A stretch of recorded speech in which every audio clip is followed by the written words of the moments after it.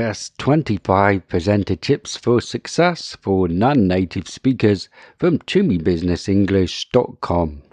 Welcome to Toomey Business English. If you like this content, then please like and subscribe to our channel. As a native speaker of English, I always find the prospect of a presentation quite daunting. But a non-native speaker, a presentation might be 10 times more daunting, and it's fair to say that anxiety levels might be at a higher level. Over the years, I've taught thousands of non-native speakers the art of delivering a successful presentation. I always give my students the top 25 presenter tips for success document, and today I want to share these tips with you. Everyone can benefit from these tips, both native and non-native speakers, and I'm continually adding to this list. So please get in touch with me if you have any ideas you'd like to add. And to help you further, I've created a tip sheet which you can download from the description below this video. So let's begin. There are a number of tips in each category. The category titles are mindset, preparation, practice, visual, and pronunciation. And the first category I'm going to look at is mindset. What is my mental attitude before I deliver my presentation? Am I thinking of failure or success? And that brings us to tip number 1, linked to mindset, which is nothing bad will happen if you make a mistake. If you mispronounce one word, it's not the end of the world. Your reputation won't be destroyed. Remember that the more you worry, the more likely you will be to make a mistake. So relax and focus on the positive outcomes. Number 2. Your audience wants you to do well. There's that misconception that your audience is not on your side, but I've been in an audience whereby the presenter has struggled, and it's not nice to see. The fact is, I always want a presenter to do well. It's really important as a presenter to adopt the mindset that the audience wants you to do well. This mode of thinking has always helped my mindset when presenting. Number 3. Don't apologise for your accent or language use. Everyone in the UK has an accent, for example, and most of us can tell immediately if someone is from Liverpool, Newcastle or London, but we don't notice the accent anymore after a couple of minutes. If you have an accent, just realise your audience will be listening to your words, not your accent. Many of my non-native speaking clients say they want to get rid of their accent. I think this is the wrong way to look at your voice.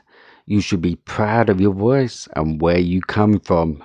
You shouldn't get rid of your accent. You should embrace it. Keep the accent, but make it so that others can understand what you are saying. When you are proud of your voice, others will listen. This also helps you build confidence in what you are saying and remind yourself you speak 2 languages. Not many people can say that. By apologizing at the start of your presentation, you are demonstrating a lack of confidence from the onset.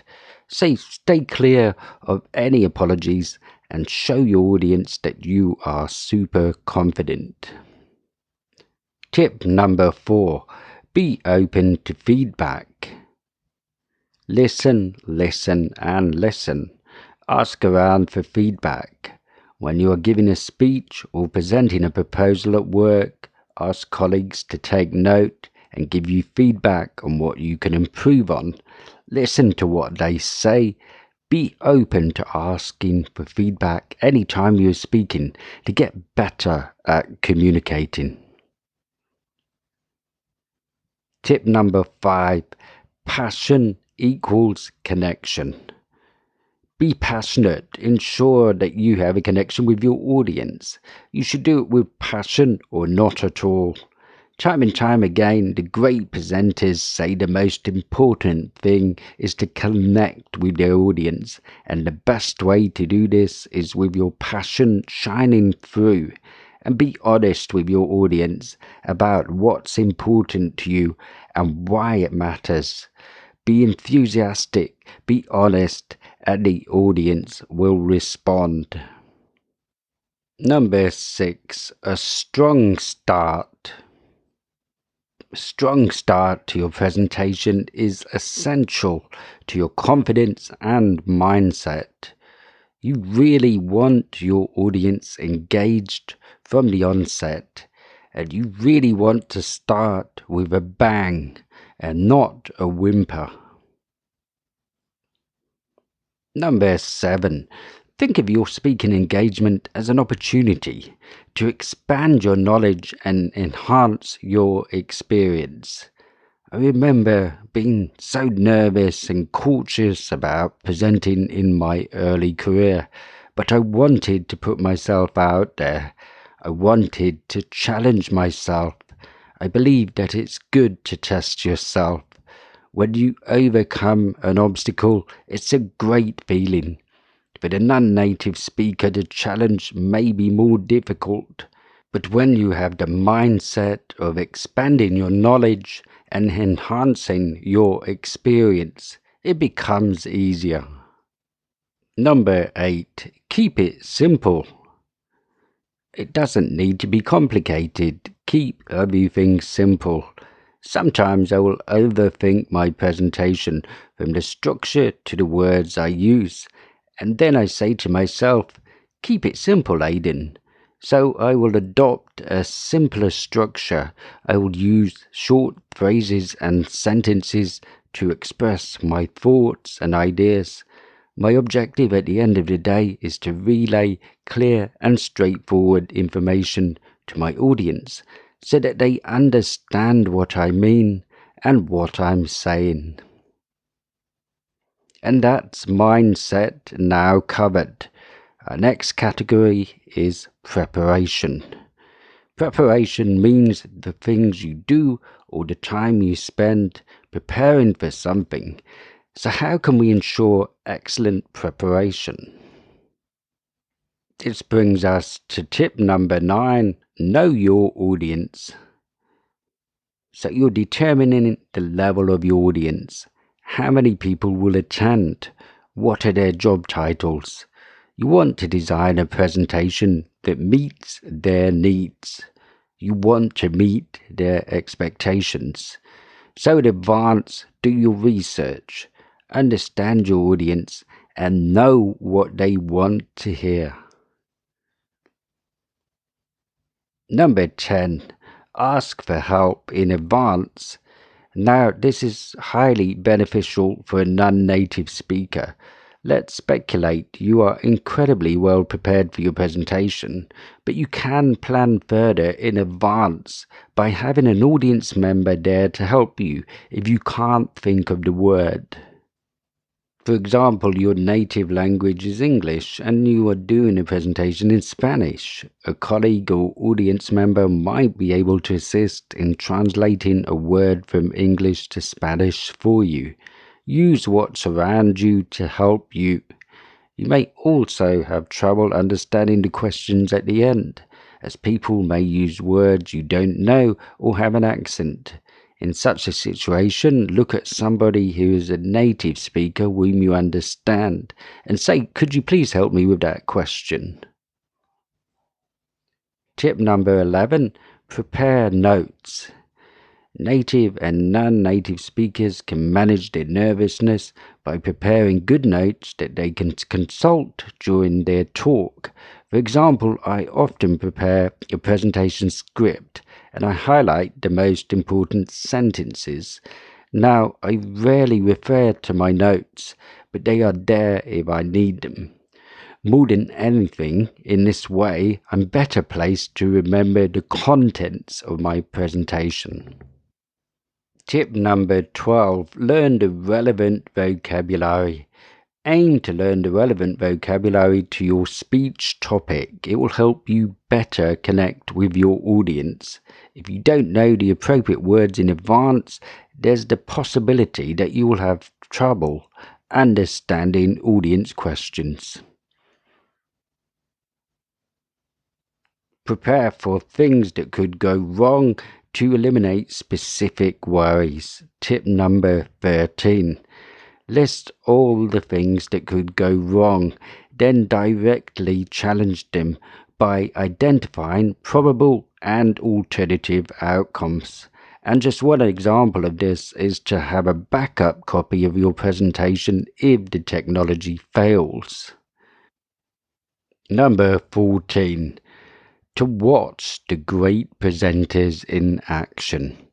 I often take time out to watch TED Talks, and there's many great presenters on TED Talks. It enables me to develop new ideas about my presenting style in terms of body language, speaking, and the expressions and words used. And so that's preparation covered, and now let's move on to practice.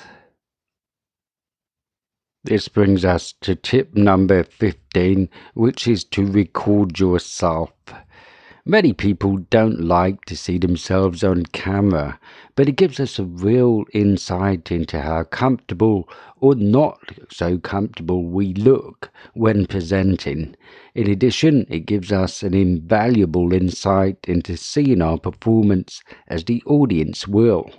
And therein lies an opportunity to fine-tune performance before the real-life experience. Number 16 is to rehearse. When I asked my students to share with me the proportion of time spent planning, designing and perfecting their slides compared to practicing speaking the presentation out loud, most of them admitted that they spent almost no time rehearsing. While this is often a problem for native speakers too, for non-native English speakers, rehearsal and repetition are especially crucial steps in preparing for a successful presentation. So take time to rehearse, potentially for friends or family members. It will be time well spent. Number 17 is to overlearn. Pushing on with practice, even when it seems like you've done enough. Overlearning is the concept of practice, practice, practice. The result is that hopefully your presentation becomes embedded in your long-term memory. When we are confident that we remember things and have the knowledge, we can be less susceptible to the effects of stress. For example, I remember a job interview presentation I had to do, and I practiced so much and overlearned the material. So on the day I was incredibly well prepared, and as a result, out of 120 candidates, I got the job. And that's the category of practice covered. Moving on to visual, and visual refers to our non-verbal actions, visual aids, and how our audience sees us. This brings us to tip number 18, body language. And body language is the way your body communicates without the use of words. It's important to keep your body language positive, and this means that you ensure that you use positive hand gestures. You don't want to be static and still without moving any other parts of your body. You can provide facial expressions, and you don't want to give your presentation with a blank face, a face without indications. So smile, aim to make eye contact, and make your audience feel welcome. In terms of posture, don't slouch. Stand tall and make sure your shoulders are back. Some presenters like to walk the floor. For example, they might walk towards the audience and get closer to them. Overall, you don't want to be too animated with your gestures. It can be off-putting and it can look odd. So aim to keep it simple and strike a balance. And you can get that balance by aligning your key messages with your body language, facial gestures and hand gestures for maximum impact. Positive body language will ensure that you connect with your audience. Number 19. Use visual aids to your advantage. This is particularly helpful to non-native speakers. You can present your evidence visually using photos, timelines, flow diagrams, pie charts or movies. Decide what works best for you. If you are not very confident in your spoken abilities, write it out on your slides so that the audience can read it also. Alternatively, you could write a key statement at the top of each slide.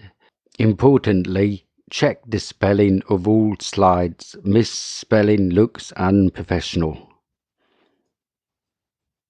Number 20. Observe your audience. On the day, be confident and present in style, but look for signs that your audience doesn't understand.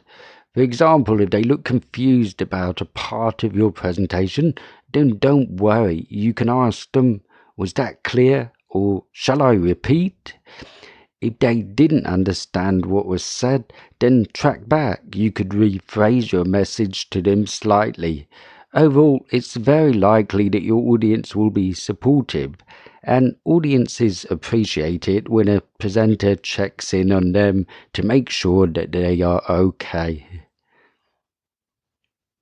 And that's visual covered. And now let's move on to pronunciation. What tips can help your pronunciation? Number 21. Try not to use words you cannot pronounce. Speakers feel awkward when they struggle to pronounce specific words. They doubt whether the audience will understand them, and this negatively affects speakers' confidence and the quality of their presentation. You can avoid this problem and improve your speech by finding an alternative for your problem word. Moving on to tip number 22. And it's try not to use words if you are not 100% on their meaning. If you are unsure that a word can be used in a specific context, replace it with a synonym. It's important to present accurate and concise information when presenting. Number 23. Slow down and pause. By slowing down your speaking pace, you help your audience to better manage the barriers to really hearing and understanding you. Choose your opening words deliberately and pronounce them carefully, being sure to articulate your words, not just rush through them. Many presenters start off a presentation nervously and rush their words. Relax and aim to speak slower. Number 24. Don't use crutch words. At times it's challenging to find the right word, which is perfectly understandable, but try not to overuse crutch words or sounds while trying to remember the right word, and the most common crutch words really aren't words at all.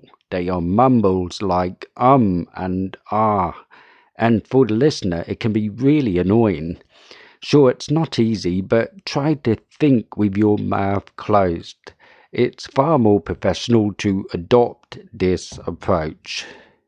And finally, tip number 25, which is to use your voice in the right way. Try to let your voice resonate on the air in your lungs rather than in your throat, and this helps to produce a clearer sound. Aim to speak clearly and loudly, and if you are not heard or have a soft voice, then request a microphone, and you also might be presented with a large audience, and once again request a microphone. Don't be the presenter who is not heard. And that brings us to the final category, completed of pronunciation. In conclusion, if you've applied all these tips, then hopefully it will give you confidence to believe in yourself. You're well prepared, your attitude, your mindset is right, you've rehearsed, you've ticked all the boxes, and it's time for you to shine and show your audience how good you are. Remember, if you like this content, then please like and subscribe to our channel.